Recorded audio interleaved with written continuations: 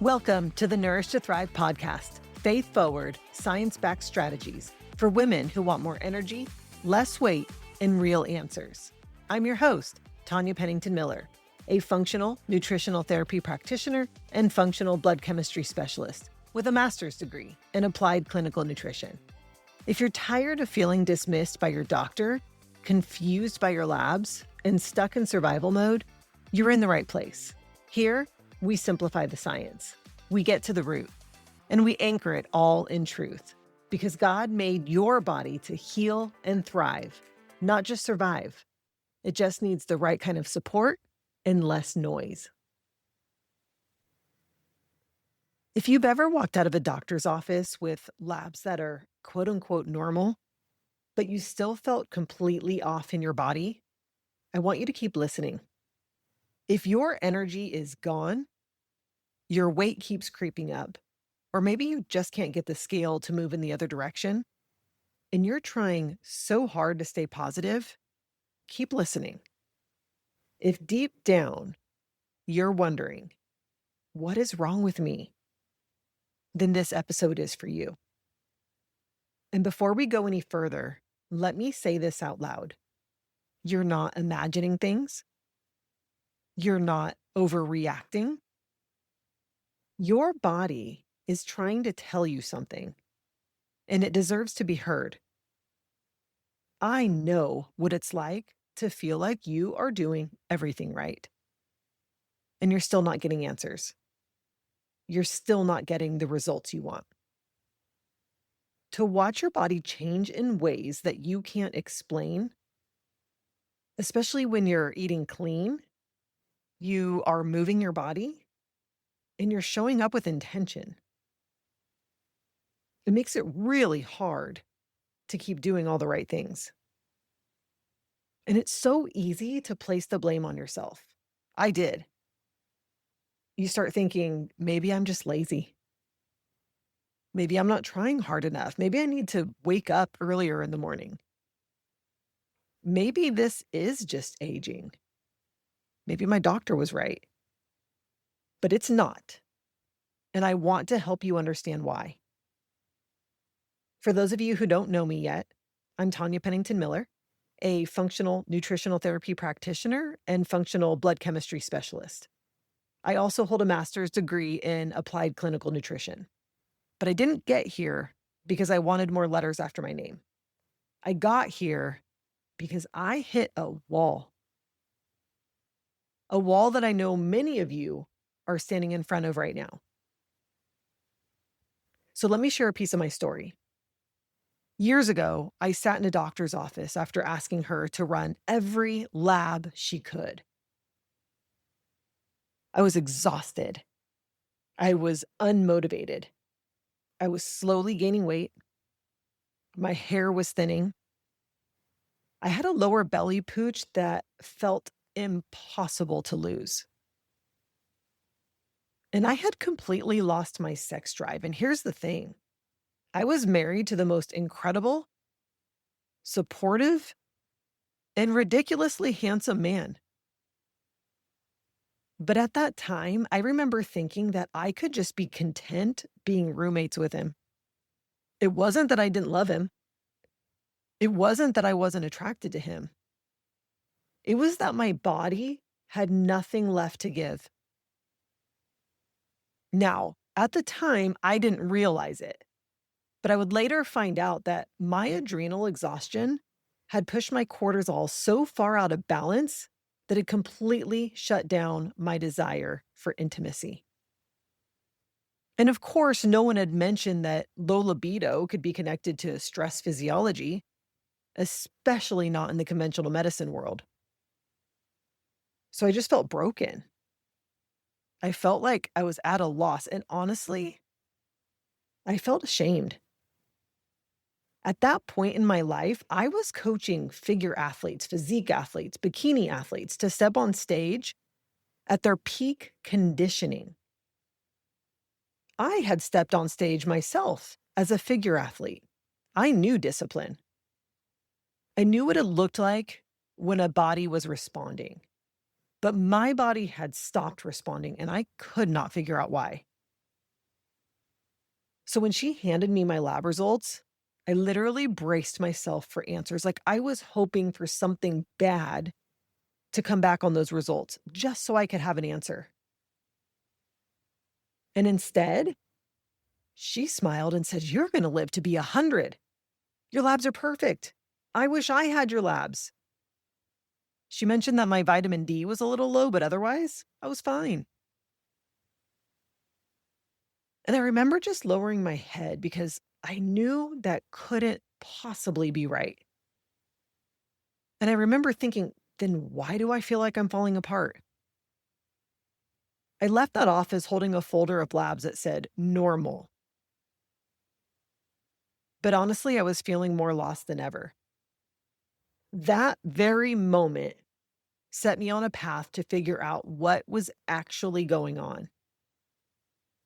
I found a functional practitioner who ran deeper labs, real labs, and read the results differently.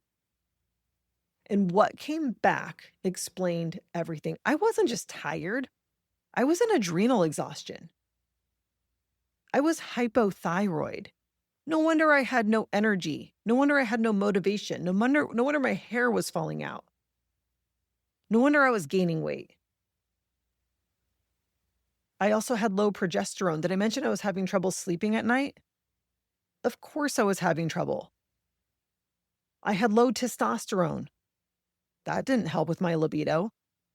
And I even had a parasite. Of course I had a lower belly pooch. And I'll never forget, she placed her hands on either side of my face, looked me in the eyes and said, "I never want to hear you call yourself lazy again." And in that moment, I felt seen. I felt validated, and I finally felt like I had direction. And do you know what else those results explained? Why I had zero desire for intimacy. It wasn't just in my head. It definitely wasn't about my marriage. My hormones were depleted. My stress response was maxed out. And my body was in full on survival mode. But here's the beautiful part.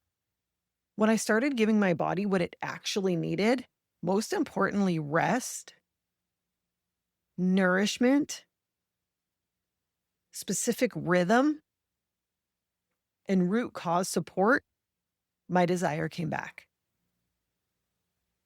And I just want you to know that if that part of you feels like it's missing right now, I want you to hear this. You are not broken. You are not far too gone. And it's absolutely possible to feel like yourself again, including that part of you. And I know that it can be a bit of a touchy subject, but it doesn't have to be. The truth is, our medical system isn't designed to find these root causes. It's designed to identify disease. And then once that disease is identified, to then match that disease with a specific drug. Here you go. And if you don't meet the criteria for disease, like I didn't, then you're told you're fine. They're going to wait until disease appears so that they can give you a drug. But otherwise, you're okay. But okay and fine isn't good enough for women who are exhausted, who are inflamed, who are foggy, who are stuck in a body that doesn't feel like home anymore. So if you've been told that your labs are normal, that it's just aging, that you're probably just stressed, I want you to know this. That's not the end of your story. Your body is speaking. And when we know how to listen, we can finally respond with clarity instead of confusion. We can be proactive instead of reactive. Most of the women I work with have a few things in common. They've tried every diet. They've cut calories. They've added in extra workouts, maybe kicked up the intensity of workouts. They've taken all the supplements, and yet they're still tired. They're still bloated. They're still gaining weight. Just left wondering, what am I missing? And here's the answer. It is not about doing more. It's about doing what's right for your body. We start by looking at the root causes: blood sugar imbalance, hormone shifts, adrenal dysfunction, poor gut health, unaddressed inflammation that you can't see from the outside. And you're definitely not going to find it from the annual labs your conventional medicine doctor runs. These things don't just cause symptoms, they quite literally shape your entire experience of health. And the truth is, when you start addressing these root causes, even in small ways, you begin to feel like yourself again. So before we wrap it up today, let me give you just a few simple places to start. Start by eating 30 grams of protein within 1 to 2 hours of waking up. Not right away, but also not too late. Okay, let me explain. So your body needs about an hour after waking up for melatonin to drop off. And if we eat too soon, we can actually confuse our circadian rhythm and make blood sugar harder to regulate. Okay, I need you to stick with me here. This is one of the rhythms that we talk about. Because also, if we wait too long, cortisol will stay elevated. Then we see blood sugar crashes, and then you're left chasing energy all day. And this can look like reaching for that afternoon cup of coffee or cold brew or energy drink. Okay, so this 1 to 2 hour window gives your body the time to wake up and then receive the steady fuel it actually needs. Okay, so that's the first thing: 30 grams of protein within 1 to 2 hours of waking up. I also want you to start noticing what overstimulation feels like in your body, because we've become immune to it. Do you feel wired at night, but you're exhausted by noon? Like, do you find yourself wishing that you could kind of switch the energies that you have to different times of day? Do you find that you get snappy with those who you actually care the most about? Maybe your partner, your kids. Do you feel drained after too much noise? Maybe after you've been scrolling, multitasking? All of these things are actually your nervous system saying, hey, I am tapped out. This week, I don't want you to try to fix it. I just want you to notice it. Okay, we'll dig into stress patterns and nervous system recovery very soon. And if you've never had functional lab work done, or you've had labs and you were told everything looks fine, I want you to stay tuned. I'll be teaching you how to read these markers differently so that you can stop guessing and start understanding what your body is really saying to you. So here's what I want you to hear today. Whether you're sitting in your car, you're on a walk, or you're laying in bed just trying to survive another day, you are not lazy.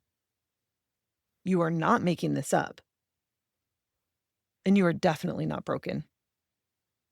You just haven't been given the right tools yet. So on this podcast, we're going to change that. We're going to walk through how to understand your labs, how to support your metabolism, and how to align your food, your fasting, and fitness rhythms with your hormones. We'll talk about how stress is more than just a mindset issue. We're going to talk about how faith is part of your healing and how to finally stop living in survival mode. God did not design your body to just get by. He designed it to thrive. And yes, it takes work, but it starts with understanding. Looking back, I know that God was never absent in my struggle, but at the time it felt like complete silence. And if you're there right now, I just want you to know he's holding you, and you do not have to walk this path alone. If today's episode resonated with you, I would love for you to hit follow. I would love if you felt called to leave a quick review and maybe send this to a friend who's been feeling dismissed or discouraged in her body. Next week, we're going to tackle one of the biggest lies women have been sold, and this is the idea of calories in, calories out. Now, I'm going to talk about why it's failed so many women in plain English, but most importantly, I'm going to tell you what works instead. I'm not just going to present you with the problem, I'm going to give you the solution. I'm Tanya Pennington-Miller, and this is the Nourish to Thrive podcast, rooted in faith, backed by science, and always here to remind you, you're not broken. You just need the right support. That's it for today on the Nourish to Thrive podcast. If you found value here, I'd love for you to subscribe, leave a review, or send it to someone who's walking a similar path. Keep showing up, keep asking questions, and know that healing is possible, especially when you trust the one who designed your body to heal. Until next time, stay rooted in truth and nourished in grace.